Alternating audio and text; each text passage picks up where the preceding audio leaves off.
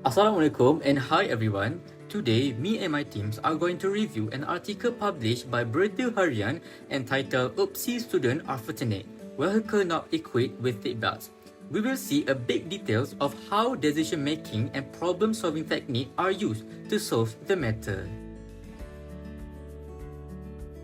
What actually happened and what information is provided in this article?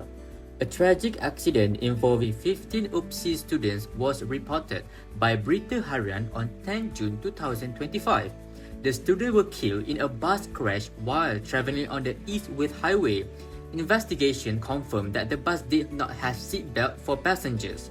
Transport Minister Anthony Loke stated that the bus was manufactured in 2013 before the law in 2020 that made seatbelt belt compulsory for newly built buses. Because of that, the bus was still allowed to operate, even though it did not meet current safety standards. Following the incident, the Ministry of Transport is reviewing ways to improve road safety, especially for public transport. The minister mentioned that having law is not enough, proper enforcement is also needed. However, constantly monitoring all vehicles remains a challenge. Several suggestions are being considered. These include making seatbelt compulsory in all express buses, regardless of age, and using technology like speed limiters, onboard cameras, and sensors to check if passengers are wearing seatbelts. One proposal is to install a system that prevents the bus from starting unless all seatbelts are fastened. For the critical analysis of this article, we can observe several decision-making techniques used by the Ministry of Transport. The first technique is the use of factual information. In the article, the Transport Minister based his explanation on actual data such as the manufacturing year of the bus and the implementation date of seatbelt regulations. This reflects a rational decision-making approach where decisions are guided by clear fact instead of emotion or assumptions. Another technique is the careful review of policy before taking action. Instead of announcing immediate changes, the ministry stated that it will first study the situation and review current transport policies. This shows a more strategic and cautious approach where decisions are made with proper planning and long-term consideration.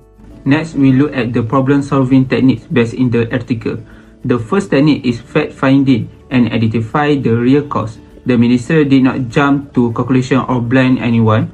Instead, he referred to clear facts like the manufacturing year of the bus and when the seatbelt law was introduced. This showed that the ministry took time to properly understand the root of the problem. Second, the issue was framed in a wider context. The ministry did not treat the crash as just one isolated case. They recognized it as part of a bigger issue since many older buses are still being used without modern safety features. This shows a broader, more systematic way of thinking. Third, the ministry showed effort in exploring alternative solutions. They proposed several ideas such as making seatbelt use compulsory in all buses, anti-speed limiters, installing onboard cameras, and using sensor system. This shows they are open the different possibility and not just relying on one solution. Lastly, we can see the use of preventive thinking instead of only reacting to the current accident. The ministry suggests future-focused measures like a system that stops the bus from starting unless seatbelts are fast. This reflects a long-term mindset aiming to prevent similar tragedies from happening again. The problem-solving process in the article can be broken down into 8 steps. I will explain the first 4. Step 1. Recognize the problem. This means realizing that something is wrong and needs attention.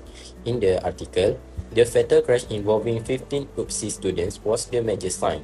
It made the ministry realize there's a serious safety issue with buses, especially the lack of seatbelts. Step 2. Define the problem. After recognizing the problem, the next step is to understand what the real issue is. In this case, the bus involved was built in 2013, before the seatbelt law started in 2020. So, the real issue is that many older buses are still legally operating even though they don't meet the today's safety standards. Step 3. Collect relevant information. This step involves gathering all necessary facts, The minister shared key details like the manufacturing year of the bus, when the seatbelt law began, and current policy gaps. This helped the ministry understand when and why the problem happened. Step 4. Analyze relevant information. Once the data is collected, it must be studied carefully. The minister pointed out that the problem is not just outdated laws, but also weak enforcement. This analysis helped them realize that stronger systems are needed to make sure safety rules are followed. Continuing with the next 4 steps in the problem-solving process. Step 5. Develop alternate solutions. At this stage, the goal is to think of different ways to solve the problem.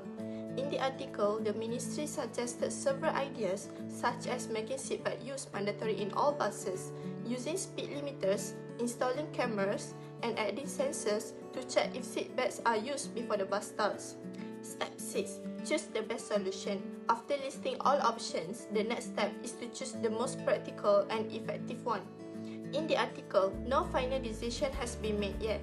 The proposals are still under review and might be presented to the Cabinet for further discussion. Step 7. Implement the solution. This is the action phase where the chosen solution is put into practice. For now, this has not happened yet. The ministry is still in the planning and discussion stage. And for the last step, evaluate the results. After implementation, it's important to assess whether the solution worked. Since nothing has been applied yet, this step is still in the future.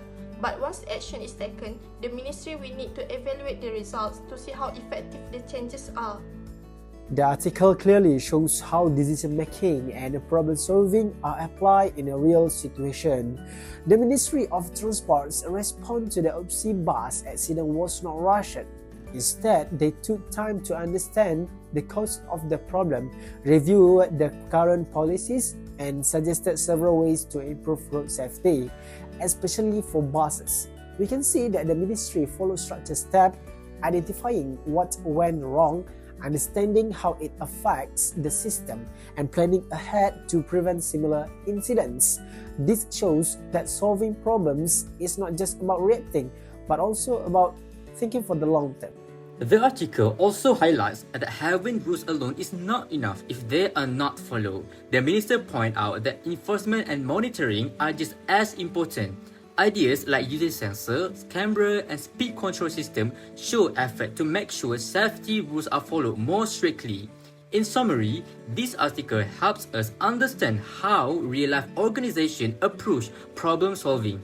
A good response involves clear thinking, careful planning, and cooperation from different parties to make sure the solutions are effective and lasting.